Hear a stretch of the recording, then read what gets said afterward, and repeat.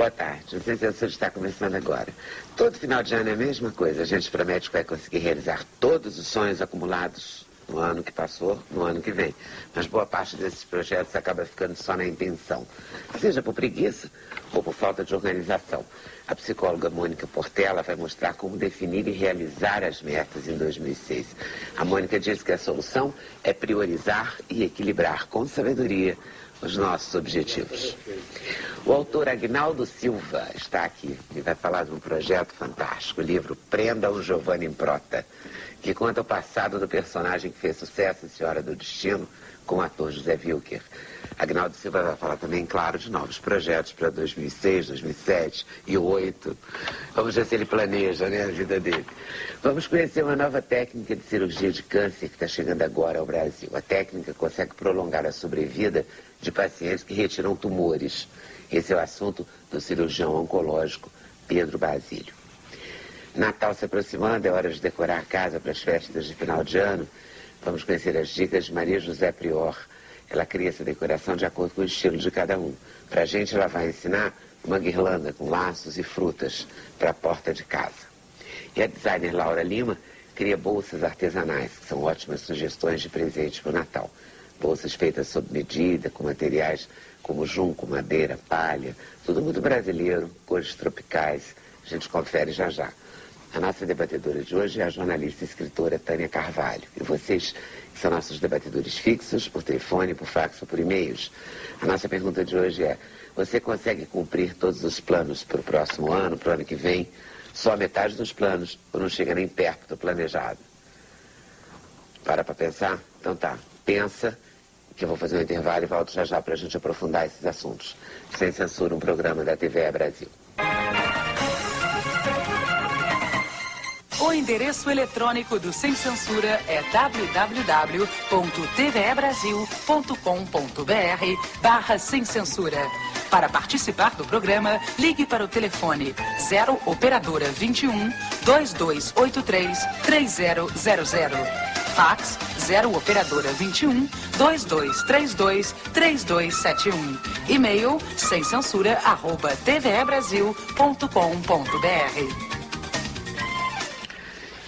Bom, o Agnaldo tem ótimos planos, né? Então fiquei pensando aqui, vamos lá, conversar com a Mônica Portela para saber como é que a gente faz para planejar e realizar metas.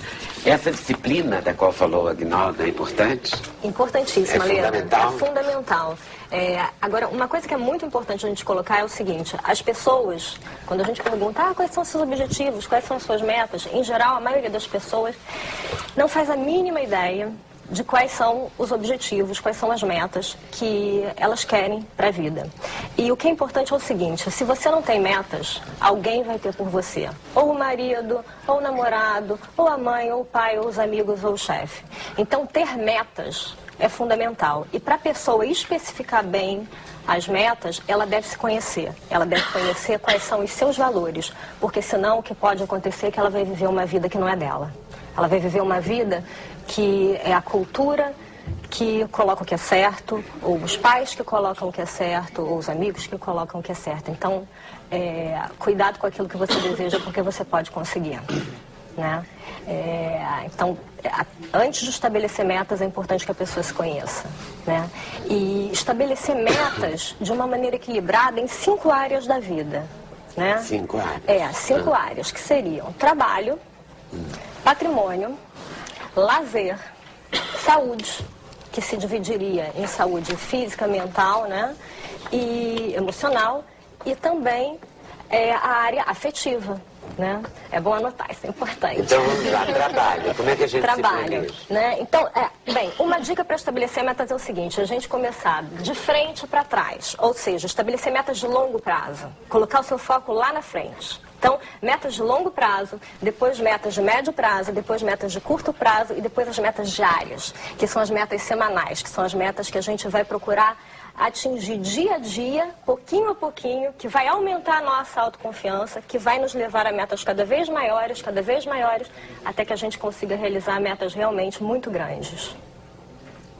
Não sei se me fiz entender. Fez, eu só tô achando meio assim intenso. Intenso é verdade. realidade. Ai, meu Deus, essa semana minha meta... Tô me sentindo um pouco no banco, né? Porque de vez em quando não tem uma moça do banco que fala isso com a gente. Ah, você não quer fazer um seguro, que tem que bater minha meta. Não, mas não é nesse sentido, né? Eu tenho que bater minha meta. Mas você fica numa agonia. O objetivo do planejamento de vida é ao contrário disso. Se você tem um planejamento de vida, você realiza, você não apaga incêndio. E o que a gente vê na nossa sociedade é que as pessoas, elas não vivem, elas sobrevivem. Quando elas não têm plano, a vida faz com que elas aconteçam. Elas não vivem, elas vão apagando incêndio, vão resolvendo o problema. Agora, quando você tem meta, quando você tem foco, você não apaga incêndio, você vai aonde você quer. Com planejamento, dia a dia, então, e as coisas vão se realizando. Então vamos explorar um pouquinho cada uma dessas metas. Então vamos lá. Deixa a saúde 5 por áreas. último. Então, 5 áreas. Embora eu acho até que ela é a primeira. E essa questão de prioridade que você está falando é muito importante, porque, por exemplo, se a gente for verificar aqui um gráfico de planejamento de metas de cada uma das pessoas dessa mesa, cada uma vai dar prioridade maior a uma dessas 5 áreas. E não tem um certo e não tem um errado. É simplesmente uma questão de priorizar. O que é interessante é ter um equilíbrio nessas áreas.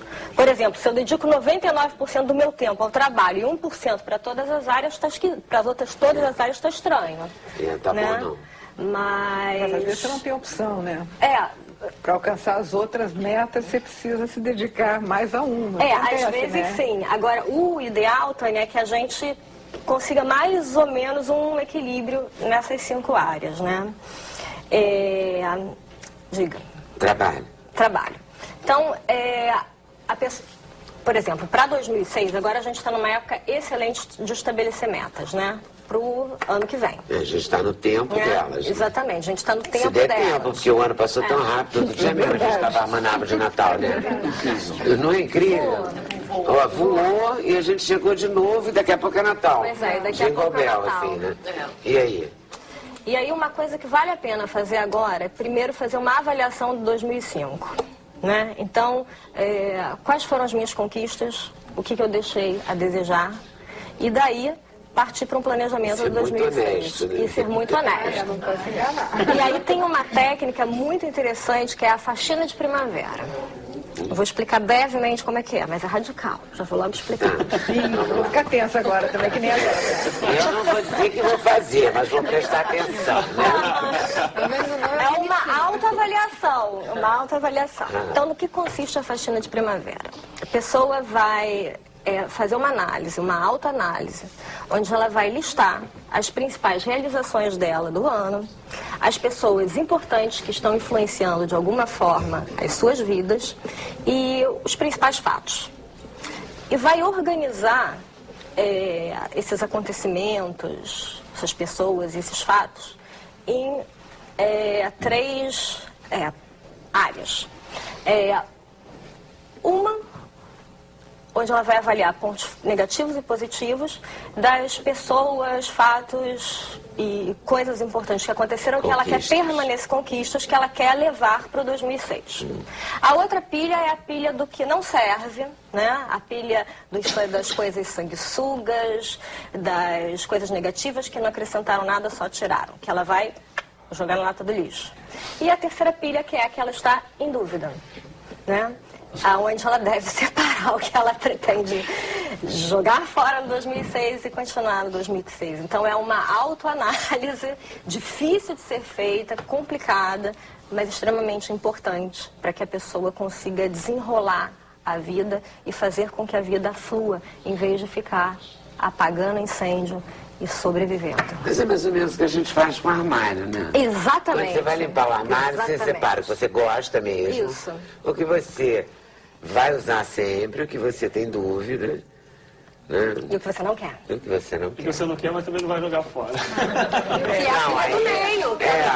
Aí é a dúvida. Eu separo assim. Que é o problema. Eu tenho certeza que eu quero, o que eu não tenho tanta certeza assim. né, não usei tanto nos últimos meses, e o que eu decididamente não quero, que é muito mais fácil. Exatamente. Jogar fora é mais fácil. Então, agora... A dúvida que é o boy. A dúvida é o problema. Essa camisetinha rasgada que eu gostava tanto ano passado. Fofinha ela, lembra aquele dia? Pronto, ficou. E essa época é a época da gente fazer essa faxina, para depois estabelecer as metas para o 2006, que são as metas de médio prazo. E aí, dentro dessas metas de 2006, você falou que são 5, né? As novas cinco metas. Áreas. 5 áreas. 5 áreas para a gente escolhe a área que a gente está mais interessada? Sim.